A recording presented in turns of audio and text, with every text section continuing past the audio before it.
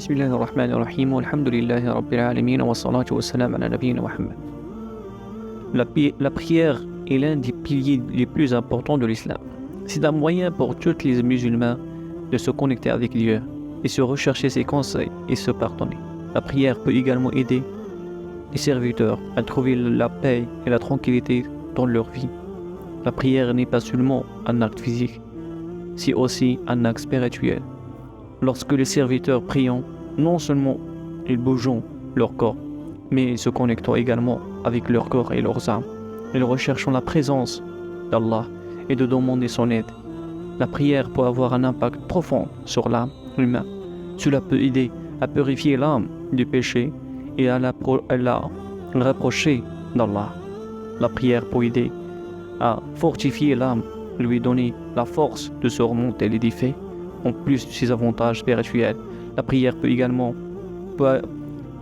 avoir un certain nombre d'avantages psychologiques et émotionnels. En fait, la prière peut aider à réduire le stress, l'anxiété et la dépression. Elle peut également améliorer le sommeil, la concentration et l'estimation de soi. Alors en effet, la concentration dans la prière présente 3 étapes.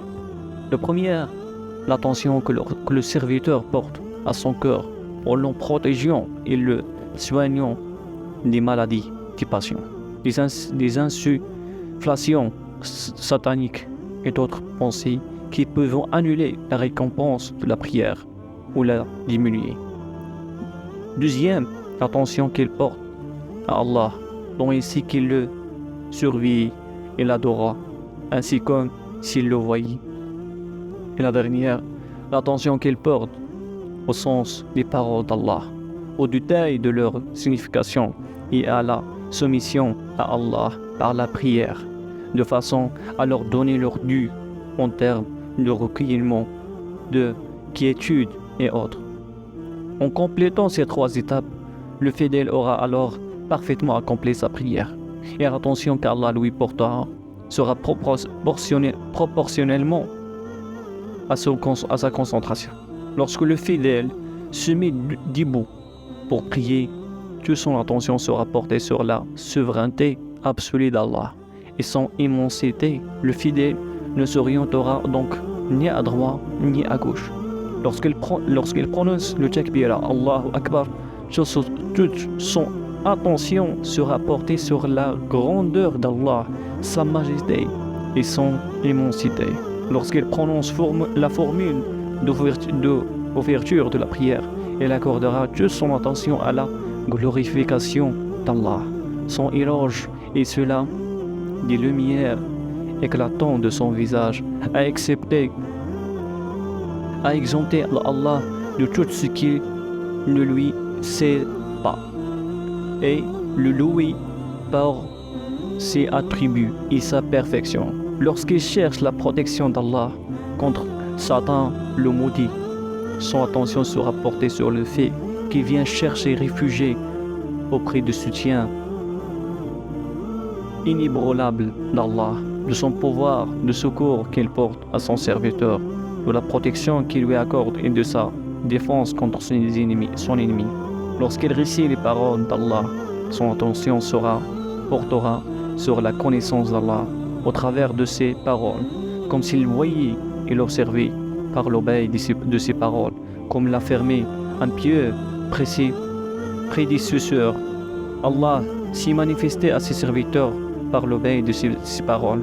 À ce sujet, les gens se divisent en plusieurs catégories, chacun précevant et ressentant les versets d'Allah d'une manière différente.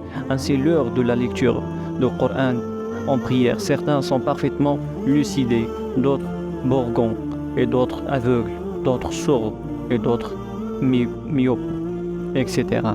En récitant le Coran, le fidèle doit donc être attentif à méditer sur Allah, ses attributs, ses actes, ses ordres, ses interdits, ses lois et ses noms. Lorsqu'il s'incline, son attention portera sur l'immensité d'Allah, sa majesté, sa puissance et sa grandeur. C'est pour cela qu'il est institué de dire lorsqu'on inclut gloire à mon Seigneur l'immense. Lorsqu'il se réveille de l'inclinaison, son attention sera portée sur la louange d'Allah, son éloge, sa glorification, son adoration et sur le fait qu'il est le seul à faire en privant autrui. Lorsqu'il se prosterné, il portera son attention sur la proximité d'Allah, son rapprochement, la soumission et l'humilité envers lui, la nécessité que l'on éprouve à son égard, la faiblesse du serviteur, son humilité face à Allah et sa supplication.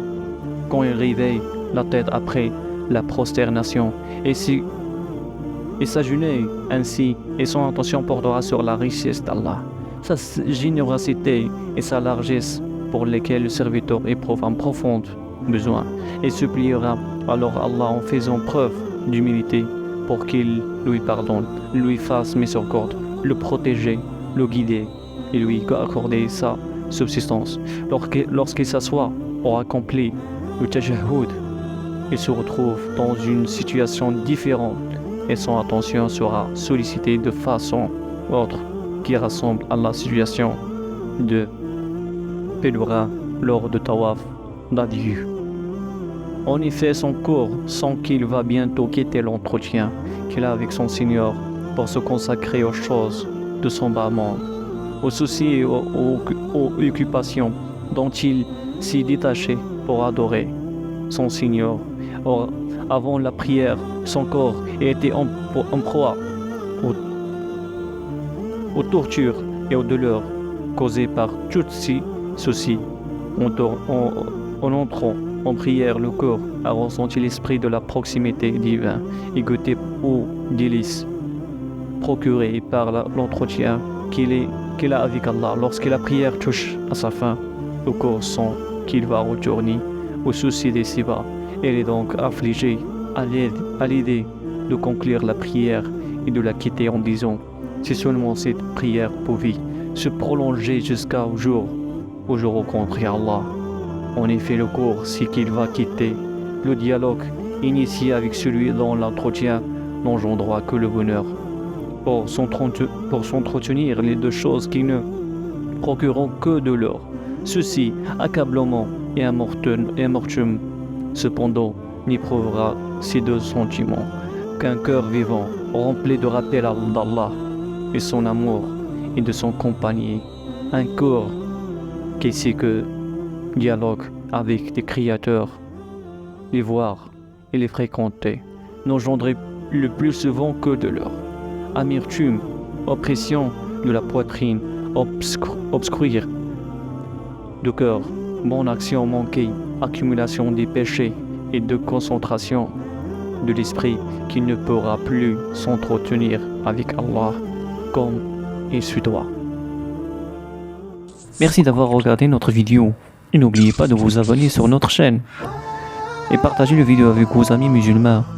Et vous pouvez également regarder d'autres vidéos sur notre chaîne. Wassalamu alaikum wa rahmatullahi wa barakatuh.